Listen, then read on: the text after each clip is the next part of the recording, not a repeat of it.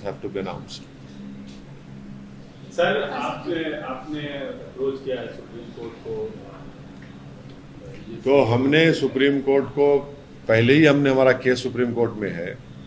उस वक्त government of India के काउंसिल ने कहा था कि गवर्नमेंट ऑफ इंडिया ने अभी रूल्स नहीं बनाए हैं, तो इसलिए अभी इस पर कोई बहस करना बहुत जल्दी होगा। अब जबकि मोदी हुकूमत ने CAA के रूल्स बना दिए हैं, तो सुप्रीम कोर्ट जाना एक अर्जेंसी है, वक्त का अहम तकाजा है, क्योंकि अगर ये सरकार सिटीजनशिप देना शुरू कर दे एक अनकॉन्स्टिट्यूशनल लॉ पर जिसको एक रिलीजन के ऊपर बनाया गया है, तो इससे नुकसान हो सकता है। नुकसान ये है कि सुप्रीम कोर्ट मॉनिटर्ड एक NRC आसाम में हुआ जिसमें 19 लाख लोगों के नाम नहीं आए। उसमें से करीब 1 लाख के करीब मुसलमान हैं, बाकी नॉन मुस्लिम्स हैं। अगर आप इस लॉ के उस रूल्स के तहत उन तमाम लोगों को दे देंगे सिटीजनशिप जिनका रिलीजन इस्लाम नहीं है, तो ये बड़ा ही नाइंसाफ़ी होगी उन लोगों के लिए, उन मुसलमानों के लिए जिनका नाम नहीं आया। दूसरा इम्पॉर्टेंट पॉइंट ये है कि सुप्रीम कोर्ट ने 1960s या 70s में एक जजमेंट में कहा था कि अगर कोई एल्योरमेंट आप देते हैं किसी को अपना रिलीजन बदलने के लिए, तो वो भी एक क्राइम है। अब ये सरकार ये कह रही है कि अगर आपका रिलीजन इस्लाम है या आप मुसलमान हैं तो आपको सिटीजनशिप नहीं दी जाएगी, अगर आपका रिलीजन इससे हटकर होगा तो हम दे देंगे। तो ये भी एक किस्म का एल्योरमेंट है।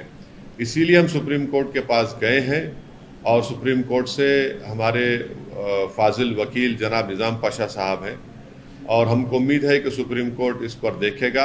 अब देखेंगे सुप्रीम कोर्ट में क्या होता है। सर, आपने जैसे CAA जैसे लागू हुआ तो आपने कहा कि चुनावी फायदा लेने के लिए चुनाव जस्ट आने वाला है, उससे पहले क्या ये आप पे अप्लाई नहीं होता कि आप भी जो डॉक्यूमेंट आपने शो किया सुप्रीम कोर्ट को अप्रोच हुए, आज अभी इस वक्त अनाउंसमेंट हो रहा है, चुनाव का ऐलान हो रहा है, उसके ठीक उसी दिन आप भी कर रहे हैं, तो क्या आप भी पॉलिटिक्स नहीं कर रहे?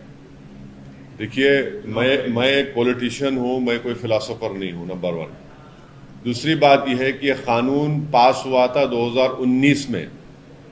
रूलिंग पार्टी नरेंद्र मोदी प्रधानमंत्री की सरकार ने इसको पास किया, तो वो लोग इसको दबा कर रखे अपने पास, अपने बगल में दबा के रखे, और जैसे ही उनको मालूम था कि 1 हफ्ते के अंदर election commission of India Lok Sabha के चुनाव की डेट्स अनाउंस करेगा, उन्होंने रात में ये रूल्स का ऐलान कर दिया। जब सरकार चुनाव को सामने रखकर फैसला ले रही है, तो ये बहुत गलत बात है कि आप मुझसे सवाल कर रहे हैं कि मैं सुप्रीम कोर्ट क्यों जा रहा हूँ। जब कोई रूल्स बनाती है सरकार, तो मुझे सुप्रीम कोर्ट जाना पड़ेगा ना। मैंने तो उस कानून को लोकसभा में इस बिल को फाड़ा था, इसको अनकॉन्स्टिट्यूशनल काला कानून कहा था, और इस बिल के जरिए, इस कानून के जरिए सरकार मुसलमानों को खास तौर से और गरीबों को स्टेटलेस बनाना चाहती है, और इस कानून को आपको NRC NPR से जोड़ के देखना है। तो सियासत तो नरेंद्र मोदी कर रहे हैं, और इस तरह का कानून बनाकर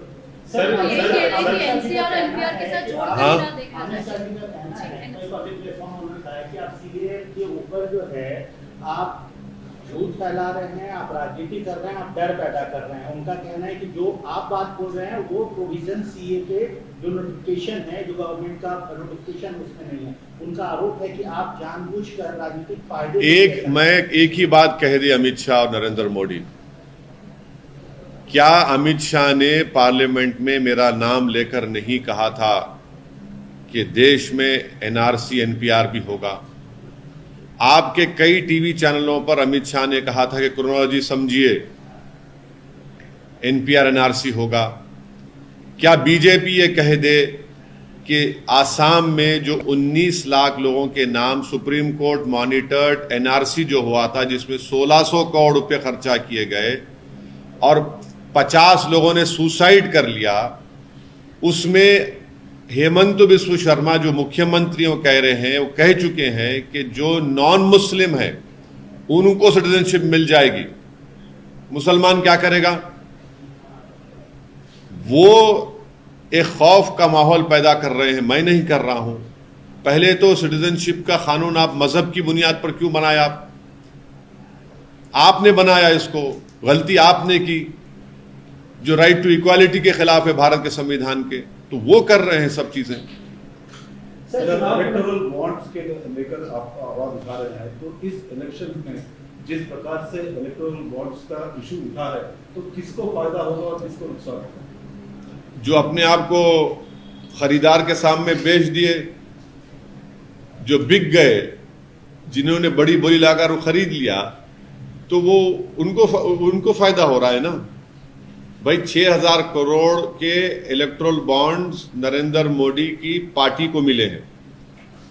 1500 करोड़ के इलेक्टोरल बॉन्ड्स ममता बनर्जी की पार्टी को मिले हैं, और 1300 कितने सेकंड नंबर पर बीआरएस को मिले हैं 1300 करोड़, सॉरी कांग्रेस को मिले हैं 1300 करोड़, फिर 1100 करोड़ बीआरएस को मिले हैं, फिर आरजेडी को 70 करोड़, एआईएडीएमके डीएमके सब है। तो इस हम्माम में सब नंगे हैं। एमआईएम को भी मिले हैं क्या? नहीं मिले हैं ना भाई। अगर मिले होते तो फिर बी टीम का आपने हमको तमगा लगा दिया, इन तमाम पार्टियों ने मिलकर, इन तमाम ने हमको बी टीम बना दिया, और नरेंद्र मोदी ने कहा कि आतंकवादियों का साथ देता है। तो मैं ये सोच रहा हूं कि आप तमाम को साथ लेकर, क्योंकि 80% बॉन्ड हैदराबाद में बने, मैं ये सोच रहा हूं कि एक प्ले कार्ड लेकर इन तमाम कंपनी सामने जाकर खड़े हो जाऊं, पूछूं कि भाई मैंने क्या जुर्म किया था, आप मुझे क्यों नहीं दे रहे? हैदराबाद का तो मैं ही हूं, आप सबको दे रहे हैं।